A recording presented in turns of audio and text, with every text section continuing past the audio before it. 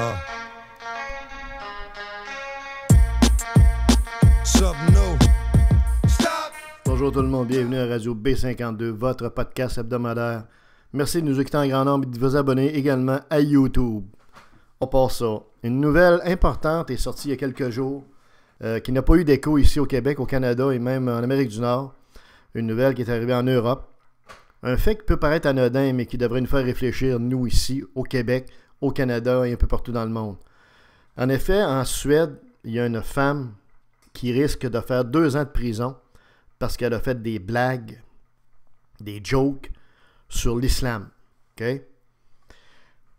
Elle a été accusée de parler de façon négative et menaçante, threatening, concernant un groupe ethnique.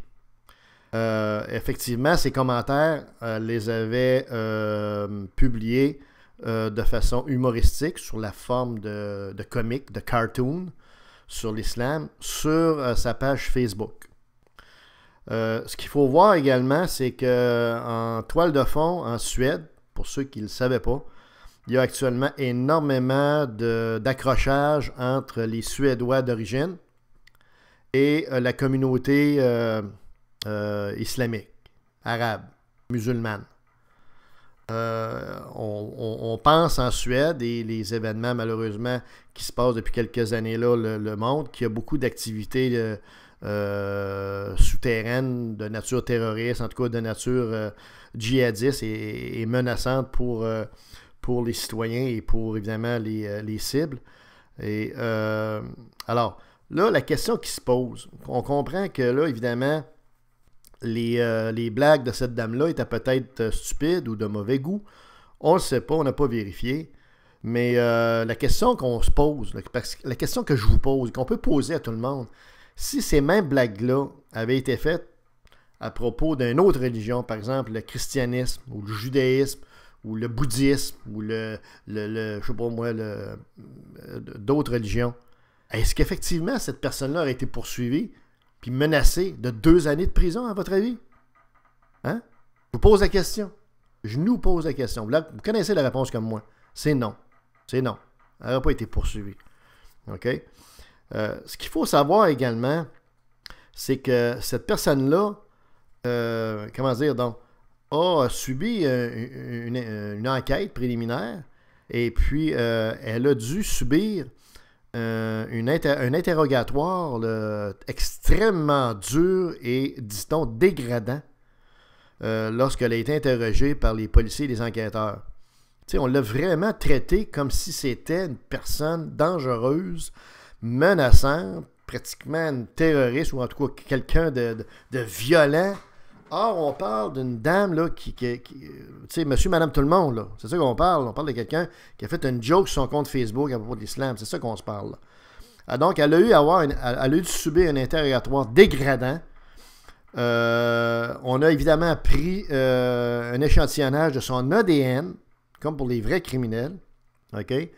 Pendant l'interrogatoire, il a été confirmé que cette dame-là s'est excusée pour la publication Facebook qu'elle avait faite, qu'elle estimait de mauvais goût après coup, puis qu'elle n'avait absolument aucun grief à l'égard des musulmans, je dirais, normaux, là, qui ne sont pas des intégristes, qui ne sont pas des gens qui appartiennent à ISIS ou à Daesh. Là.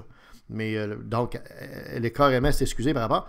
Et malgré tout ça, malgré sa franchise, malgré son honnêteté, malgré ses excuses, bien, écoutez, le procureur de la ville de Gothenburg, en Suède, qui est une dame, qui s'appelle Sarah Torres-Kog, a décidé de la poursuivre pour discours haineux.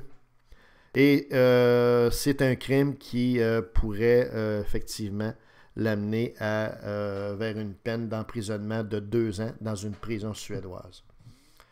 Pourquoi je vous parle de ça? Parce que d'abord, vous comprendrez comme moi, on n'est pas obligé d'être tous d'accord, mais c'est absolument aberrant ce qui se passe là. Cette personne-là a probablement fait une erreur d'appréciation, une erreur de jugement, mais qui ne mérite certainement pas d'aller 2 ans en prison. Et comme on le disait d'entrée de jeu, si ça avait été une joke sur une autre religion que l'islamisme ou le musulmanisme, vous comprendrez que ça n'aurait probablement pas eu d'écho. Et vous savez, on fait le lien avec ici, là, maintenant. Il y a à peu près un mois, 2 mois peut-être, on a fait un podcast sur justement la situation, la cohabitation des musulmans, des communautés musulmanes et de l'islamisme avec les autres religions ici au Québec, avec les Québécois d'origine et tout ça. On disait dans le fond là-dedans que dès qu'on parle un petit peu, dès qu'on essaie de défendre notre propre identité, nos propres valeurs, qui on est, ce qu'on a de plus cher finalement, on peut se faire traiter de raciste, etc. Ce qu'on va voir, c'est que là, si on ne se surveille pas, comme la Suède, comme un paquet de pays d'Europe qui ne se sont pas surveillés et qui se voient maintenant avec des communautés, des communautés musulmanes qui sont démographiquement, numériquement de très, très grande importance. On parle de centaines de milliers, dans certains pays, de millions musulmans. On comprendra que là, on a commencé à perdre le contrôle. Ça crée des tensions internes. Et si on ne surveille pas, il va nous arriver la même chose, là. Fait qu'on peut tirer des expériences de ce qui se passe ailleurs. Parce que la Suède, c'est pas reconnu comme un pays trop qui brasse. C'est un pays pacifique. Là. Ben là, je vous dirais qu'à l'interne, là, ça brasse. Ça brasse beaucoup. Parce que, vous savez, la principale problématique là, des communautés musulmanes sont très simples. C'est contrairement aux autres ethnies, aux autres personnes, en général, une majorité d'entre eux ne s'intègrent pas, n'acceptent pas les valeurs du pays qui les accueille. C'est tout simple que ça. Puis ils continuent à faire leur truc. Puis en plus de ça, bien évidemment, il y a des groupuscules là-dedans qui sont à risque et qui sont potentiellement dangereux. Fait que tout ça fait en sorte que ça crée une bouillabaisse puis une marmite qui peut exploser à tout moment, même en Suède, comme on le voit. Alors, essayons de tirer des leçons de ça, essayons d'éviter de se retrouver là-dedans, puis de faire en sorte qu'on fasse différent de tous ces peuples-là. Au début, c'est bien drôle, c'est le fun, on est accueillant, tout souriant, on les accueille, ils sont dans le malheur, mais éventuellement, on se retrouve avec des problèmes internes, des problèmes sociaux, puis on se retrouve avec des aberrations comme la poursuite d'une femme au niveau judiciaire, au niveau criminel, qui n'a absolument aucun sens.